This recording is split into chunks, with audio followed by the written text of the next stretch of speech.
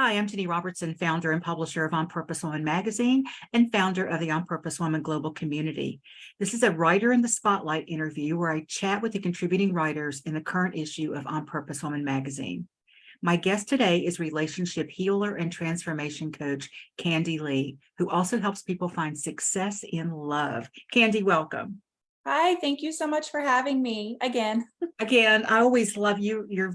You're one of a couple of people who are doing a series or who actually write on a regular basis who always say yes. So I'm always excited to have this conversation with you because I absolutely love the series that you've been doing on relationship soup. And but before we dive into your current article, tell everybody a little bit about you. You've already done such a good job. Well, I am a Reiki master healer and teacher by trade. And so that is the foundation of a lot of the work I do. And it just so happens that relationship issues are what people find me for. And so I'm like, okay, I'm going to help people focused on relationships. So that became my niche of its own. We found you, right? Yes, it sure did. I tried to run away from it because as this article will show, it can, relationships are all different and it can be a little intimidating to specialize in an area that's so important.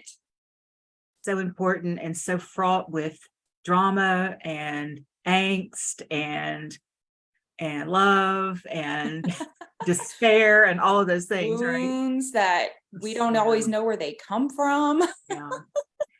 Well, your website, Kandi's website, for those of you watching, is in the text of this video. So check her out. And I also have a link to the current issue of On Purpose Woman magazine. And I'll say more about your next article. It's coming out next week because we're a little late doing this interview. And I'll say more about that when we get closer to the end. Okay. So for the September-October issue, you wrote the 5th of 6. So this is your last one in this next issue. That seems hard to believe. I know. Like that a year and a half has passed already. I know. Has been a year and a half. Yeah. Well, no, a year. This is every other month, isn't it? Not quarterly. I don't even know. But it's a series called Relationship Soup, a recipe for better relationships. And this article is called 3 Red Flags Are a Deal Breaker.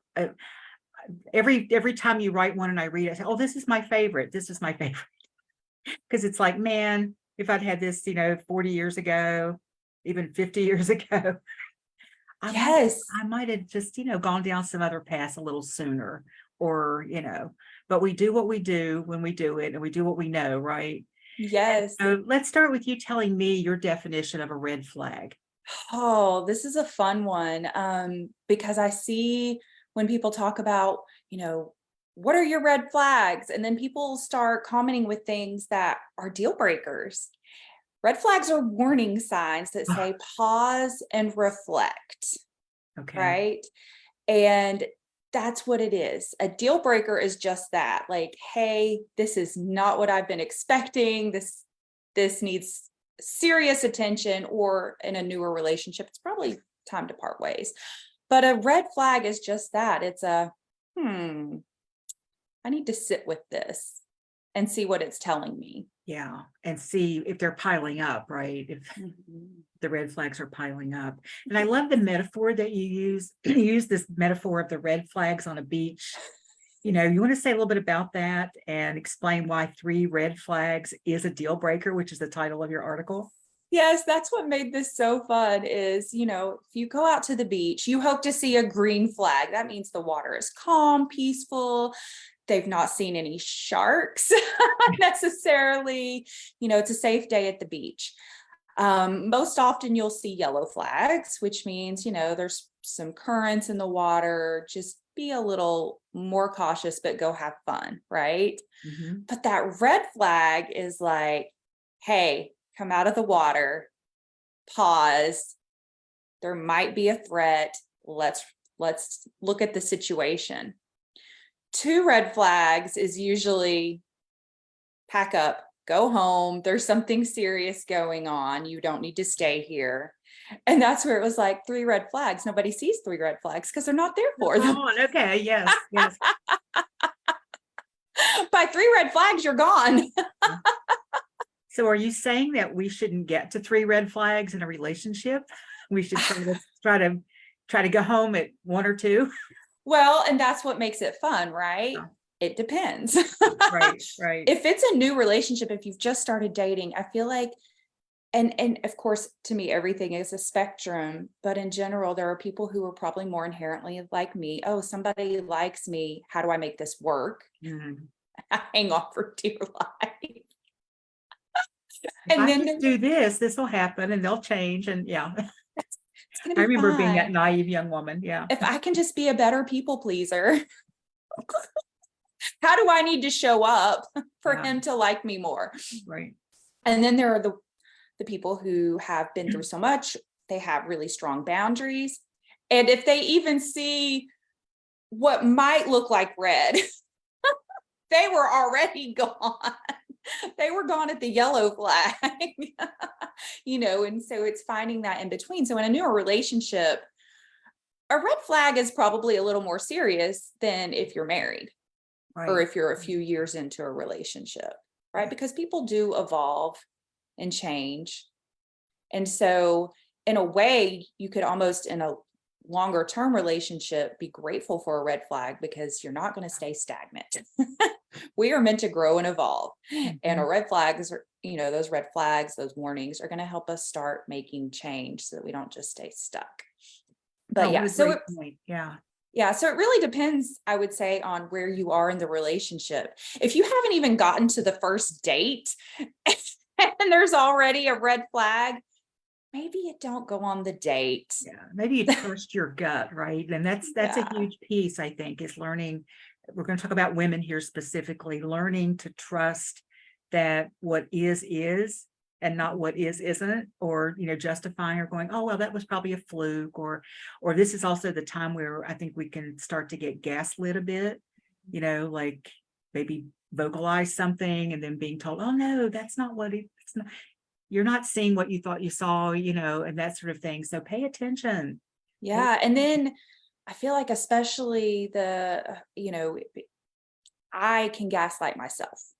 Mm, I good. can talk myself into going, that probably wasn't I probably misread that. Yeah, yeah. Wow. Thank you for bringing that up. Yeah. And so I'm going to read a little bit from your article. You say that Okay. 3 red flags become a relationship deal breaker. I'm going to just, because you just went over this a little bit, I'm going to reiterate. If Sure. you're in the early stages of dating, a deal breaker is an excellent signal to let the relationship go until something visibly shifts between you and the other person. If you're committed or married, a deal breaker signals that healing and shifts are needed before the relationship can evolve in a healthy way, or it may be time to separate. And it all depends on what happens next, I guess. It Once really you does. start to talk about the deal breaker, once you start to ask questions and want to have a communication with the other person. And knowing your red flags and deal breakers before you begin dating is one way to create trust with yourself in new relationships. So I love that because, get clear on what's a deal breaker for you before you get into a relationship, because otherwise you're going to figure it out. And it might be the exact wrong time to figure it out because it may be too late, or I guess it's never too late, but you could also be putting yourself in harm's way. So, Yeah. if certain things are really a deal breaker, but you're kind of going, well, maybe not, maybe that's not, Maybe that was just a red flag. yeah, just a red flag. But, red flags are like danger, right? Right. But then there's still that balance for, the strong boundaries where it maybe was just a red flag and a Yeah. growth point, and they're Yeah. like, oh, deal breaker. And you might have been Right. passing up on something amazing. Yeah. And it really is a balancing game.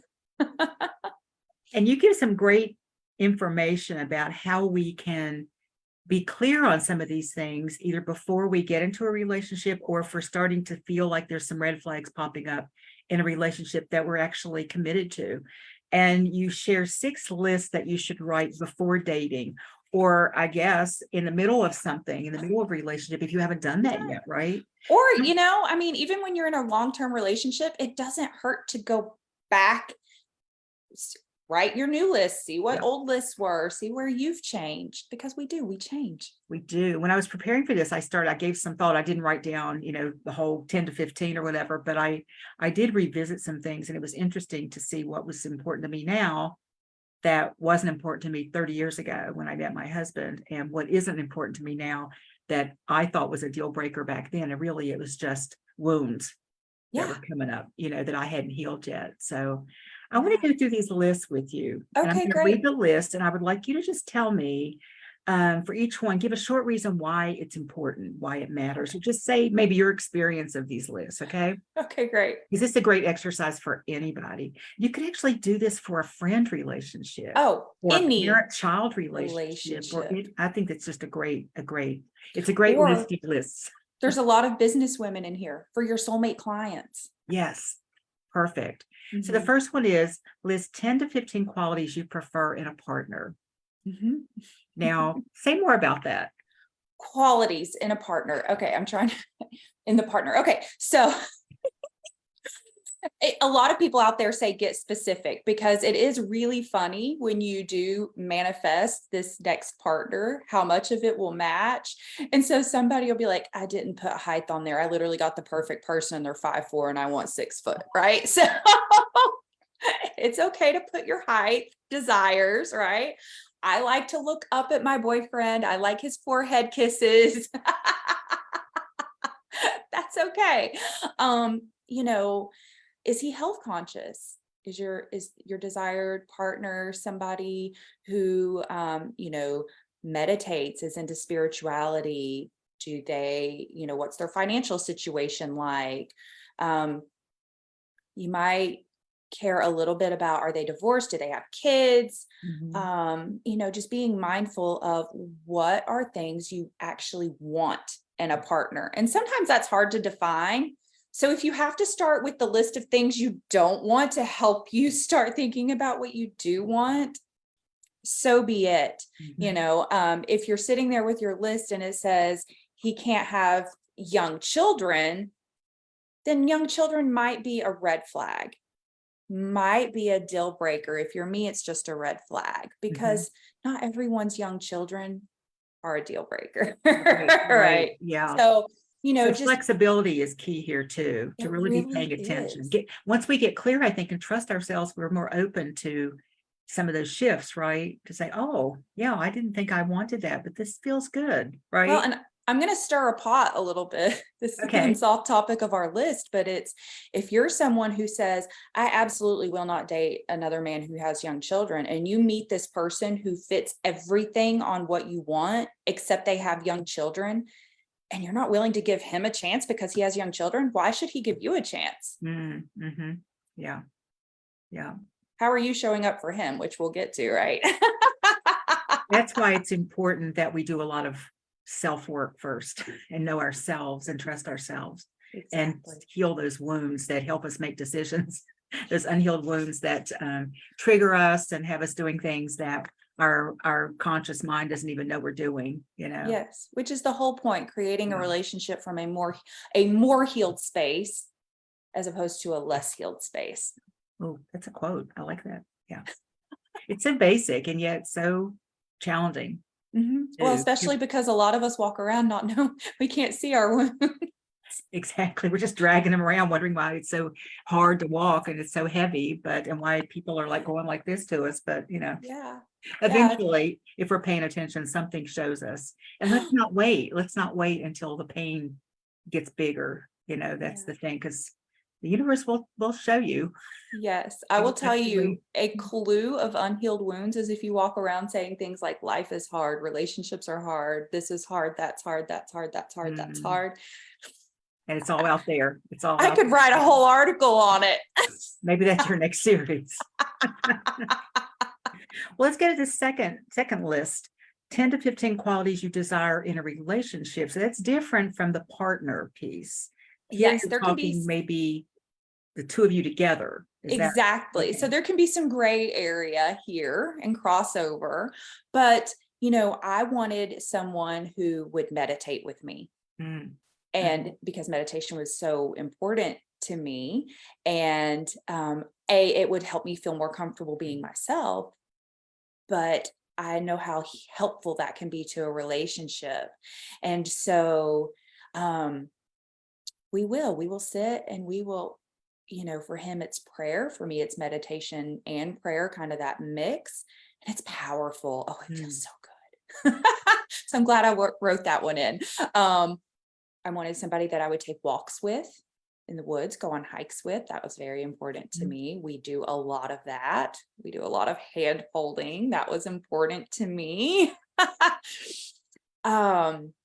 Someone who opens the door for me, and there is a whole history behind that for me. And he opens the door for me.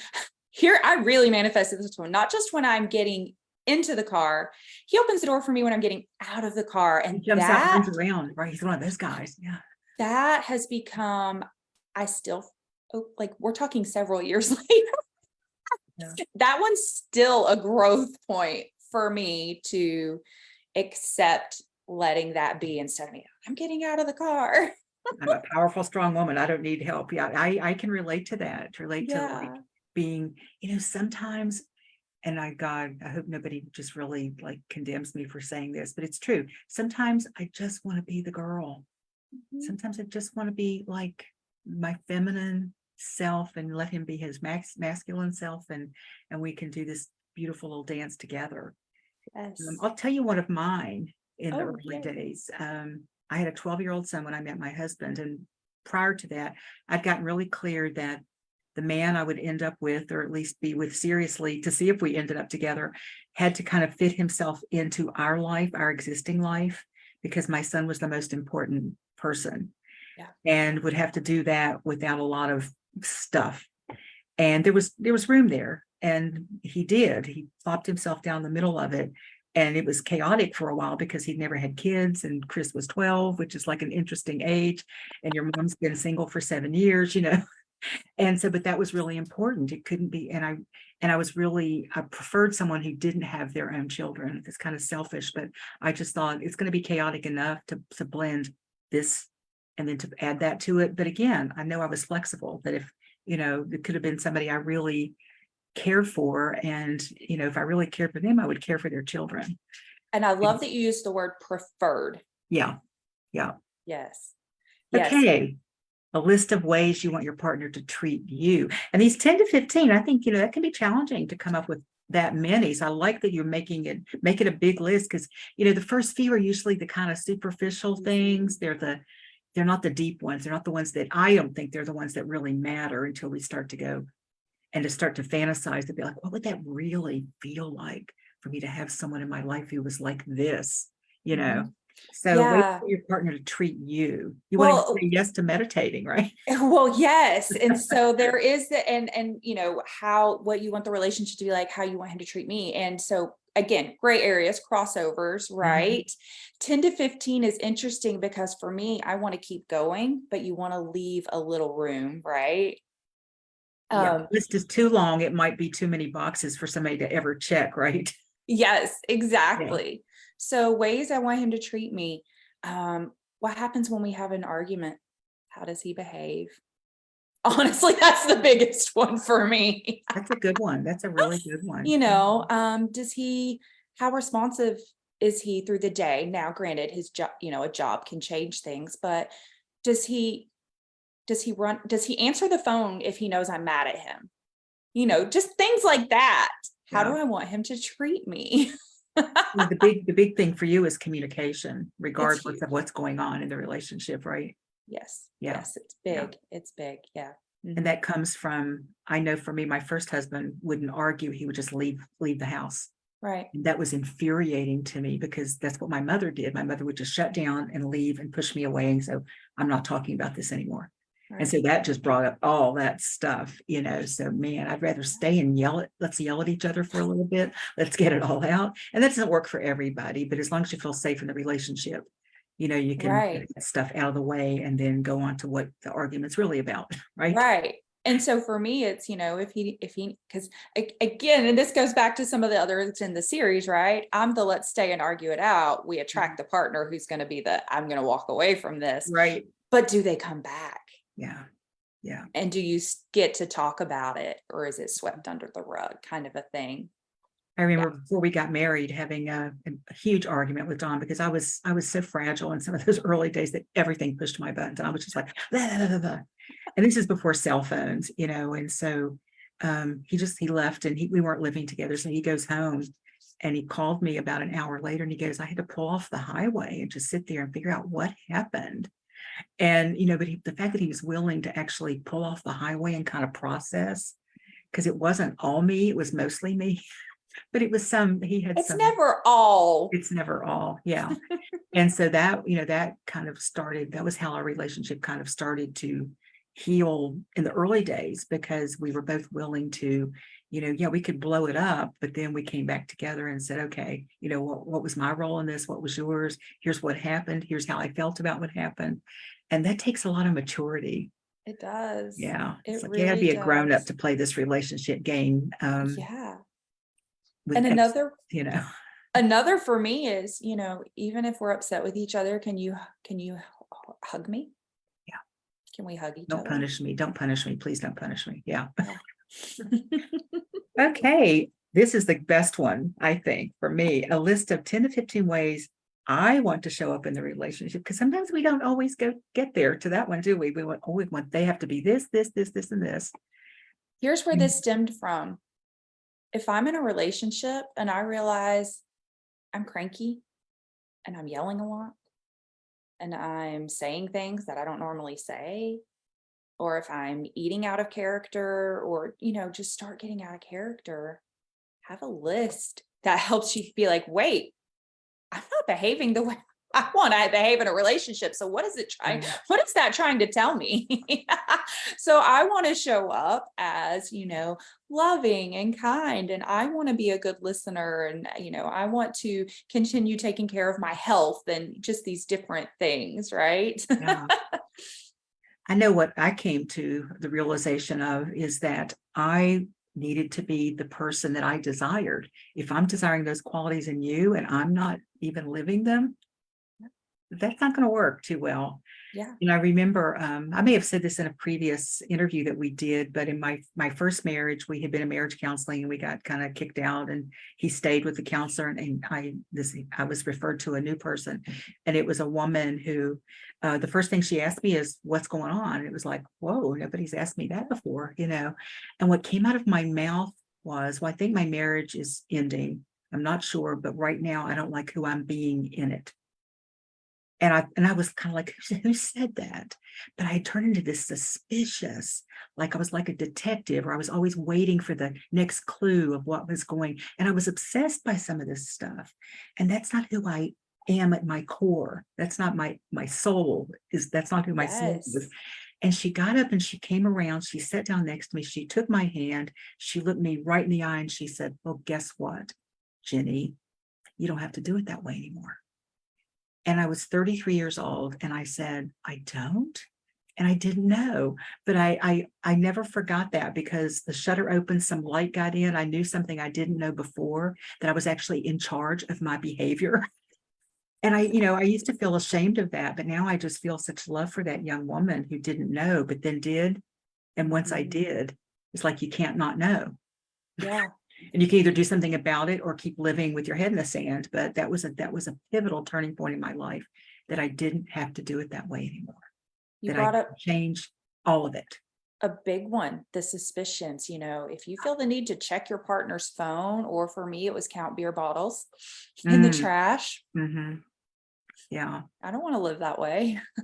or to feel like you're the mother, or you're always like taking care, or you're always like, making sure they're, oh God, that's not very sexy, No, at least not for me. No. But yeah, a friend of mine recently said, someone finally said to her, would you date you? And that was like, love that. And I probably said this because you and I, when we talk about a lot of things, but I think it bears repeating that I remember in one of these early arguments, this is all before we got married. So we cleared up a lot of stuff before we actually got married. We only knew each other for 13 months, but we did a lot of work in those 13 months. He said to me one day, I'm not going anywhere. I'm not going anywhere, but if you want me to go, you have to tell me. Don't play these games with me. Don't, and I was like, that's my first thing was, God, that's so grown up. That's so grown up to say, the relationship is safe. We may argue the relationship is not at risk, but I'm not going anywhere. You've got to trust that. But if you want me to go, don't just do all the stuff that pushing me away. Say it out loud. And I'm like, I can't say it because I don't want you to, but it was just such a grown-up moment that said, wow, okay, this is maybe it's time to get the little girl. The little girl needs to be healed because she's still acting like that. And that takes us into this next list, a list of up to 10 red flags. And you say, if you have more than 10, that you may need to do some healing before you actually date. Right. So like if you're like, I need my man to be like this and have this and da, da, da, and your list gets to like 20, 30 things, right? And then you have like all these red flags.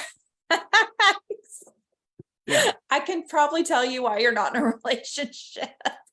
Now, what if you're already in a marriage and you've got this list of huge red flags? What do you think you should do next? You should do some internal work, because it's surprising how the woman leads the way. And as frustrating as that can be, that feminine energy doesn't have to be the woman. The feminine energy leads the way. So internal work really does lead to outside changes. And our partner really often, depending on the partner, will start making shifts just because you've shifted. And then it may be time to address some things in the relationship too. Yeah. If you have all these red flags and they're showing up. Yeah. So the last one is a list of any clear deal breakers. Because remember, 3 red flags is a deal breaker. So what are clear deal breakers? And you say if you have more than a few is another sign that some healing probably should take place before dating. Right. I mean, because really think about it, it means that I've gone into a relationship and it ended because he cheated. Well, I am not dating a cheater. And then I went into a relationship and he had horrible children. So I'm not dating somebody with children. And then I went into a relationship and it had this. So I am not doing this, and I'm not doing this, and I'm not doing this, and I'm not doing this. And I'm, like, and you're not much fun to be around. Bam. All about what you don't want. Yeah. Right. And it really is so easy for us to vocalize what we don't want. And it can be much harder to sit with what think about it. What do you want for dinner? I don't know, but I don't want this, and I don't want this, and I don't want this. Well, what do you want? I don't know. Yeah. It's always I think it's a great exercise for anything. Make a list of what you don't want and then flip it however you can flip it. And sometimes it's not the real answer, but it's getting you closer to it the gets real you answer. Closer, and it's all about the journey. And so if if it is feeling difficult, look at relationships you admire, right? Or a different relationship in your life that feels really good, right? Even here's what I love that happens between me and my best friend. So I want that in this type of relationship, look for where things do look good. Are there, I even tell people if it's that big of a challenge, go to movies. Like, it doesn't have to be real people, but it can at least help give you an idea of what you want. Mm-hmm. Yeah, realistically too. And again, I love this. I think the biggest takeaway from all of this, at least for me, is we need to be the person we want to date. I remember, I worked for a seminar company and we did some really amazing modules around relationship. The one was called The Flight of the Infatuation Vampire. That was just really cool. But we also talked about, we were looking, whether you're a man or a woman, looking for a prince or princess charming, and we're being like, Cruella de Vil, right? And so we need to at least match our expectations of the other person, our realistic expectations of the other person. Yeah. So Kandi, how can our viewers find out more about your work? They can visit kandileigh.com. They can find me on social media. I'm Kandi Leigh on, Facebook. I'm happy to chat with people. Yeah. And your Kandi's website is in the link of this video, as is the link to her current article. And I've also linked to the magazine archives. You can check out her other 4 articles. Just go back to the last 4 issues and you can find them in there. And coming up in the November-December issue, which will be out on November 1st, is her last article in the series. And it's called The Secret Ingredient to the Best Relationships. She's going to leave us with all of this hope, all of this great, good feeling stuff, right? Because doesn't this really feel good to write some of these lists, does it? But they're in there, so we got to get them on paper because they're in there. They're running the show, aren't they? They are, exactly. Yes. Is there anything you have going on that you want to share with our viewers? Anything specific? Yeah. I mean like work-wise, Right. No, I a do. fabulous trip with your husband. I don't know. Right. I do offer currently a complimentary kind of, I'm calling it a healing activation session where you can get some clarity on whether you're in a relationship or not, get some clarity on areas that are needing to be addressed right now and kind of get a feel for how I work. So if anyone is interested in just like, I wonder what it'd be like to work with her, that is a great opportunity. And that is on your website. That is on my website. Okay. Yes. Yeah. Or just, I think there's even a link to just like have a coffee date with me over Zoom. So. Okay. Take advantage of that. And you don't have to be in a relationship. I mean, the good time to work on this is before you get into your next relationship or your first relationship or your first whatever. And, start doing that work. But if you are in one. Yes, that's really important. There is still hope also. There is. I'm proof of that. So yes. So final takeaway you want to leave our viewers with? It could be something you've already said or just. I feel like, this has been such a good series. I'm gonna go ahead and tell you, I didn't know each piece until I was writing it. So that's what made it fun for me. Like what recipe are we throwing together here? Right. Mm-hmm.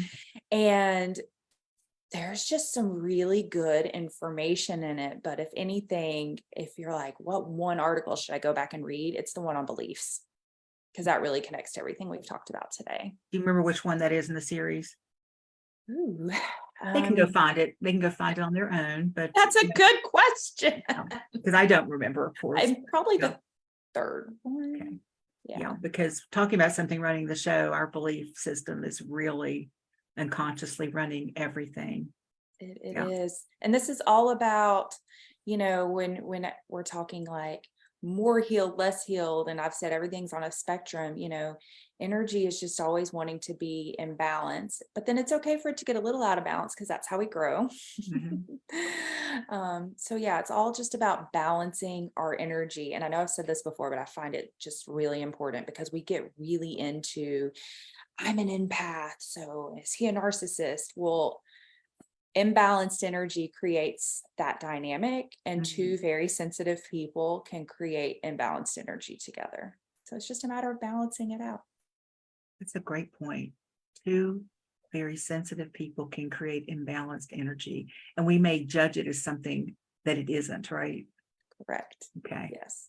Thank you. You were so wise. Oh, thank you. Thank I you always enjoy these so much. You're great fun and so important, I think, for people to just take advantage of this because it's great. I mean, your articles just give a lot that I think people who've been in counseling for decades might not get some of this information.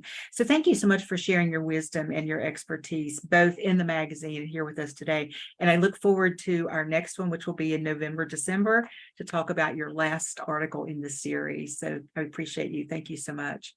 Thank you, Jenny. And I want to thank anyone watching this live or the replay or on our YouTube channel. Again, to read Kandi's article, as well as other inspiration for your mind, body, spirit, and business, visit our website, which is opwgc.com. That link is in the text of this video. Thanks again for watching.